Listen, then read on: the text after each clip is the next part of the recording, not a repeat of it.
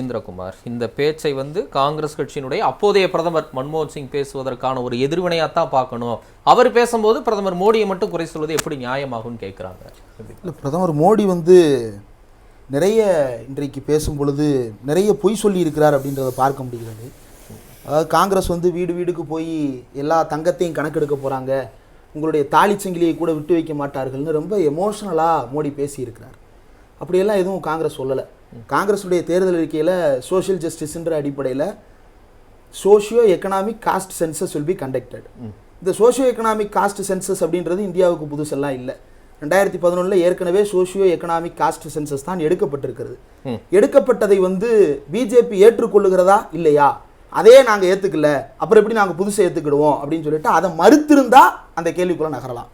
ஆனால் இந்த விஷயத்தில் பிஜேபி அரசு வந்ததற்கு பிறகு Lok Sabha unstarred question number 3815 answered on 8/12/2016 status of socio economic caste census 2011 question raised by கேள்வி எழுப்பியவர்கள் கௌசலேந்திர குமார், வினோத் குமார் சங்கர் அப்படின்னு 2 பேர் கேள்வி எழுப்புறாங்க. பதில் சொல்லுபவர் minister of state for minister of rural development MORD Shri Ram Kripal Yadav பதில் சொல்லுகிறார்.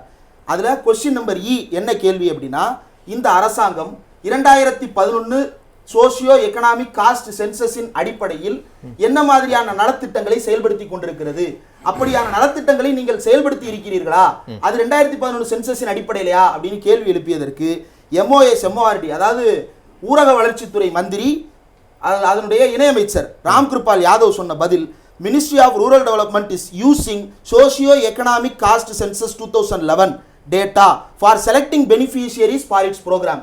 இவர் இன்னைக்கு ஃபிளாக்ஷிப் ப்ரோக்ராம்ஸாக சொல்லி கொண்டிருக்கிறார் இல்லையா.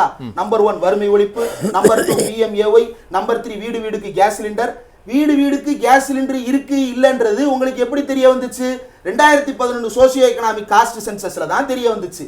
வீடு வீடுக்கு யாரெல்லாம் வாடகை வீட்டில் இருக்கிறாங்க, யாரெல்லாம் சொந்த வீட்டில் இருக்கிறாங்க, எத்தனை பேர் குடிசை வீட்டில் இருக்கிறாங்க, எத்தனை பேர் ஓட்டு வீட்டில் இருக்கிறாங்கன்னு இவ்வளவு தரவுகளும் யார் எடுத்து கொடுத்தது? 2011 சோஷியோ எக்கனாமிக் காஸ்ட் சென்சஸின் அடிப்படையில் எடுத்து கொடுக்கப்பட்ட தரவுகள் தான். அதன் அடிப்படையில் தான் இந்த அரசும் நலத்திட்டங்களை செயல்படுத்தி கொண்டிருக்கிறது. They are relying on the data taken by the Congress government under மன்மோகன் சிங். ஆனா இன்னைக்கு அவர் என்ன சொல்றாரு அப்படின்னா, வீடு வீடு புகுந்து கணக்கெடுக்க போறாங்க அப்படின்னு. 2011 எடுக்கப்பட்ட அதே caste socio economic caste census repeat பண்ண போறாங்க. இன்றைய மாறிய காலகட்டத்தில் என்ன இன்னைக்கு ரிப்பீட் பண்ணுவாங்க. ஆனா அவர் என்ன சொல்றாரு, அதுக்கு மேல ஒரு லைனுக்கு போறாரு, அதெல்லாம் எடுத்து இஸ்லாமியர்களுக்கு கொடுக்க போறாங்க, ஏன்னா அவங்களுக்கு தான் முதல் உரிமை மன்மோகன் சிங் சொல்லி இருக்காரு. அப்ப அந்த லேயர் தான் இங்க ஒரு சர்ச்சைக்குரிய ஒரு லேயரா மாறுது. இல்ல, அதுல இந்த இடத்துல அந்த காங்கிரசினுடைய நியாயப்பத்திரா அப்படின்றது அவங்களுடைய தேர்தல் அறிக்கை. அந்த நியாயப்பத்திரத்துல அவங்க 5வது பக்கத்தில் ரொம்ப தெளிவாக குறிப்பிட்டிருக்கிறாங்க. Income and wealth inequality in India, அதாவது இந்தியாவில் இருக்கக்கூடிய வருமானம் மற்றும் வளங்கள் ஏற்றத்தாழ்வாக இருக்கிறது. 1% மக்களிடம் இந்தியாவின் மொத்த வளங்களும் குவிந்திருக்கிறது. மற்ற மக்கள் வளமில்லாதவர்களாக வருமானம் இல்லாதவர்களாக இருக்கிறார்கள் அப்படின்னு சுட்டிக்காட்டி இருக்கிறார்களே தவிர, நான் இந்த 1% அப்படியே அள்ளி புடுங்கி நான் இதை பூரா பிரிச்சு கொடுத்துறேன், அவ்வளவு பெரிய சோசியலிஸ்ட் கட்சியாக காங்கிரஸ் இன்றைக்கு மாறிவிட்டது, அல்லது மார்க்சிய கட்சியாக காங்கிரஸ் இன்றைக்கு மாறிவிட்டது அப்படின்னு நான் நம்பல. நேரு அவர்களுக்கு ஒரு சோசியலிச பார்வை இருந்தது.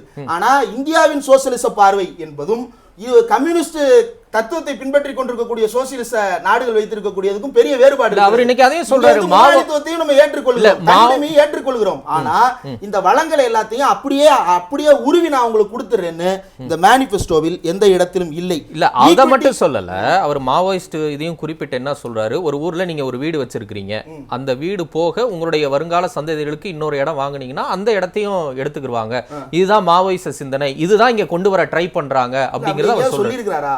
ராகுல் காந்தி சொல்லியிருக்கிறாரா? பிரியங்கா சொல்லியிருக்காங்களா? சோனியா சொல்லியிருக்காங்களா? பாசி சொல்லியிருக்காரா? கார்த்தி சிதம்பரம் சொல்லியிருக்காரா? ஏன் ராமர் கோயிலே ஏத்துக்கிட்டோம்னு தாங்க பேசிக்கிட்டு இருக்கிறாங்க. யாருமே இங்க வளங்களை எல்லாத்தையும் புடுங்கி பிரித்து கொடுப்பேன் அப்படின்ற இடத்துக்கே இன்னும் நகரல. அப்படி ஒரு புரட்சிகர காலத்தை நோக்கி இந்தியா நகர்ந்து விட்டதாகவெல்லாம் யாரும் இங்க நம்பல. காங்கிரசும் அப்படி எல்லாம் சொல்லவில்லை. ஆனால் மோடி அவர்கள் திரிக்கிறாரு. ஒண்ணு மேல ஒண்ணு கட்டுமானம் பண்ணி அடுத்தடுத்து நம்மளை நகர்த்திட்டு போய் ஒரு தேர்ந்த வழக்கறிஞரை போல அவர் மேடையில் பேசுவதாக நினைத்துக் கொண்டு பொய் பொய்யாக சொல்லிக் கொண்டு மன்மோகன் சிங் சொல்லும் போது இவர் சொல்லக்கூடாது. மன்மோகன் சிங் என்ன பொய் சொன்னார்? மன்மோகன் சிங் என்ன பொய் சொல்லல, மைனாரிட்டிக்கு முக்கியத்துவம், அதோட ஒரு நீட்சியா மோடி இந்தியாவின் வளங்கள்ல எல்லோருக்கும் பங்கு இருக்கிறதா இல்லையா? இந்தியாவின் வளங்கள்ல எஸ்சிகளுக்கு பங்கு இருக்கிறதா? முதல் உரிமை யாருக்கு? இல்ல நான் வரேன்.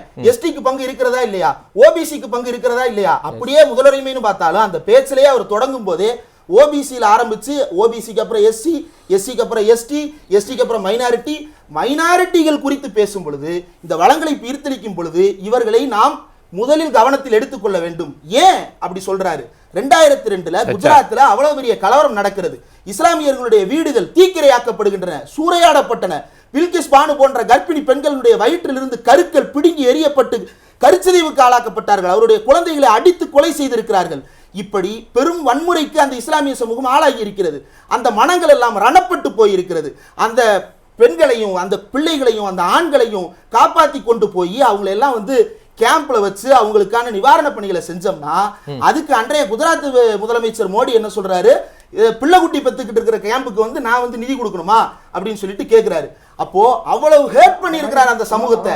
அப்ப அந்த சமூகத்துக்கு ஒரு குறைந்தபட்ச அனுதாபத்தை காட்டுவது அப்படின்றது எந்த வகையில் தவறாகும்? ஒரு சமூகத்துக்கு நீங்க பேசுறது ராமசாமி மையப்பன், தயவு செய்து அமைதியாக இருங்கள். நீங்க பேசுறப்ப நான் பேசுறேன், நீங்க பேசுறப்ப நான் பேசவே விட மாட்டேன். இல்ல I can interrupt you, I can interrupt you, I can stop you, I can accuse you. இந்த ஸ்டேட்மென்ட் எங்க விடாம அப்படியே போயிட்டே இருக்கலாம். இந்த டிபேட் முழுக்க நாரடிக்க முடியும். பிஜேபி போற டிபேட் நாரடிப்பதற்கு நான் தயாராக இல்லை. பிஜேபி ஆதரவாளர்களை போல அமைதியா இருங்க, பேசுறத கேளுங்க, இரண்டாவது சுற்றுல பதில் சொல்லுங்க. இல்ல எங்க இருந்து இந்த ஸ்டேட்மென்ட் எடுத்தீங்க அப்படிங்கறத அவர் கேட்டு பிரதமர் மோடி பேசி இருக்கிறார். இவர் சொல்றார் இல்லையா? எங்கன்னு கேக்க இவர்கள் எங்க இருந்து எடுக்கறாங்க? தாராளமாக நான் எடுத்து காட்டுறேன். எப்ப எடுத்து காமிங்க? அது காமிங்க. எப்ப பேசினாரு, எங்க பேசினாருன்னு இவ்வளவு கேக்குறாங்கல்ல. ஆனா பிரதமர் மோடி இந்த இவரு மன்மோகன் சிங்கினுடைய ஸ்டேட்மெண்ட்டை பேசும் பொழுது இந்த மாதிரி தேசிய வளர்ச்சி குழு கூட்டத்துல 2006ல இந்த இடத்துல முதல் வரி இப்படி தொடங்கி கடைசி வரி இப்படி முடித்தார். இப்படி எல்லாம் விளக்கமா சொன்னாரு. அப்படி எல்லாம் விளக்கம் சொல்லல. நான் ஆதாரத்தை எல்லாம் பிறகு சமர்ப்பிக்கிறேன், உங்களுக்கு வாட்ஸ்அப்ல அனுப்புறேன், பிறகு பாத்துக்கங்க. வாட்ஸ்அப்பின் ஆதாரங்களை நம்புபவர்களுக்கு புதுசு ஆதாரத்தை கொடுக்க முடியாது. நான் கேட்ட ஒரு கேள்விக்கு பதில் சொல்லுங்க. 2011 சோசியோ எகனாமிக் காஸ்ட் சென்சஸ் ஏத்துக்கிட்ட நீங்க புதுசா எடுக்கப்படுகின்ற காஸ்ட் எகனாமிக் சென்சஸ் ஏத்துக்கிட முடியாதுன்னு சொல்றதுக்கான காரணம் என்ன? ஏன்னா புதிதாக ஒரு கணக்கெடுப்பு எடுக்கப்பட்டால் இந்தியாவின் வளங்கள் யாரிடம் இருக்கிறது யாரிடம் இல்லை என்று தெரியும். யார் வஞ்சிக்கப்பட்டிருக்கிறார்கள் என்பதை மக்கள் கண்டுபிடித்து விடுவார்கள். அப்படி கண்டுபிடித்து விட்டால் மோடியுடைய முகத்திரை உரிந்துவிடும். சார் கேட்டாரு, இது ராபின்ஹுட் ஆட்சி நடக்கிறதான்னு. இல்லை, ஹிட்லர் ஆட்சி நடக்கிறது. சரி, ஓகே ஓகே, தொடர்ந்து பேசலாம். வர ராமசாமி வரேன்.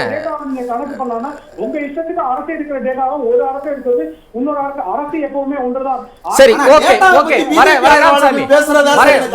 ராமசாமி இருங்க வரேன். அந்த மோடி 2002ல ரிலீஃப் கேம்ப்ஸ் பத்தி சொன்னதுக்கான ஆதாரம் கேட்டாங்க. அதை நான் சொல்லிடுறேன். செப்டம்பர் 9, 2002 கௌரவ் யாத்ரா பப்ளிக் மீட்டிங்ல மோடி பேசியது, நான் மீண்டும் மீண்டும் பிள்ளை பெற்றுக் கொண்டிருக்கக்கூடிய ஒரு கேம்பை நடத்தி கொண்டே இருக்க வேண்டுமா? சைல்டு ப்ரொடியூசிங் வெப்பன்ஸ்ன்றாரு, வெப்பன் சைல்டு ப்ரொடியூசிங் சென்டர்ஸ் என்றாரு.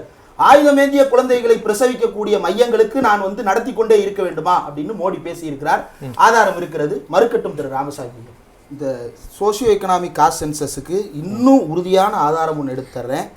இந்திய அரசாங்கம் வெளியிட்டிருக்கக்கூடிய ஆவணம் 2022 பிரதான் மந்திரி ஆவாஸ் யோஜனா கிராமின். பிரதான் மந்திரி ஆவாஸ் யோஜனா கிராமின்றது இந்திரா காந்தி காலத்திலிருந்து செயல்பாட்டில் இருப்பது. இதை ஒட்டித்தான் PMAY அர்பனும் இம்ப்ளிமெண்ட் ஆகுது. ரெண்டுக்குமான ஃப்ரேம் ஒர்க் ரிலீஸ் ஆயிருக்குது. அந்த ஃப்ரேம் ஒர்க்கில் பக்கம் 64 பெனிஃபிஷியரி செலெக்ஷன் அண்டர் PMAY என்ன கொடுத்துருக்குதுன்னா, deals with making available the Gram Panchayat wise list of eligible beneficiaries as per socio economic caste census 2011. அதனால 2011ல இப்ப எப்படி socio economic caste base census சொல்றாங்களோ இததான் 2011ல எடுத்தாங்க. அதன் அடிப்படையில தான் இவராலையும் திட்டத்தை நடைமுறைப்படுத்த முடியுது. ஒண்ணு, இப்ப டிபேட்டே எப்படி போயிருச்சு அப்படின்னா, பிரதமர் மோடி இப்படி பேசியது சரியா தவறா அப்படின்ற வாதத்துக்குள்ள போயிருச்சு. இந்தியாவினுடைய தேர்தல் ஆணையம் நடத்திய வழக்குகளிலும் சரி, தேர்தல் ஆணையத்துக்கு எதிராகவும் ரெப்ரசன்டேஷன் ஆஃப் பீப்புள் ஆக்ட் 1951 எதிராகவும் உச்சநீதிமன்றத்திலும் உயர்நீதிமன்றத்திலும் நடந்த வழக்குகள்ல மிக தெளிவாக குறிப்பிடப்பட்டிருக்கிறது. கேண்டிடேட் மட்டும் அல்ல, கேண்டிடேட்டை ஆதரித்து பேசக்கூடிய யாரும், அந்த கட்சியை சேர்ந்த எந்த உறுப்பினரும் எந்த இடத்திலும் எந்த மதத்தின் அடிப்படையிலும் ஓட்டு கேட்க கூடாது அப்படின்றதுதான். RPA ஆக்ட் செக்ஷன் 123(3)லையும் 125லையும் promoting enmity between classes in connection with election அப்படின்னும் seeking votes on the basis or influencing voters on the basis of அப்படின்னு சொல்லிட்டு ரிலீஜியன், காஸ்ட் எல்லாத்தையும் குறிப்பிட்டிருக்கிறார்கள். இதன் அடிப்படையில் மோடிக்கு எதிராக தேர்தல் ஆணையம் நல்ல முறையில் கண்களையும் காதுகளையும் வாய் சார் தயவு செய்து கண்ணு மூக்கு வாய் எல்லாத்தையும் மூடிட்டு இருக்கிறாங்க இல்லையா தேர்தல் ஆணையம். இந்த தேர்தல் ஆணையம் நியாயமாக வழக்கை நடத்தினால் RPI ஆக்ட் செக்ஷன் 123 125 படி 3 ஆண்டுகளில் இருந்து 5 ஆண்டுகள் மோடி சிறையில் இருப்பார். இந்த தேர்தல் ஆணையம் திராணி இருந்தால் அந்த வழக்கை நடத்தட்டும்.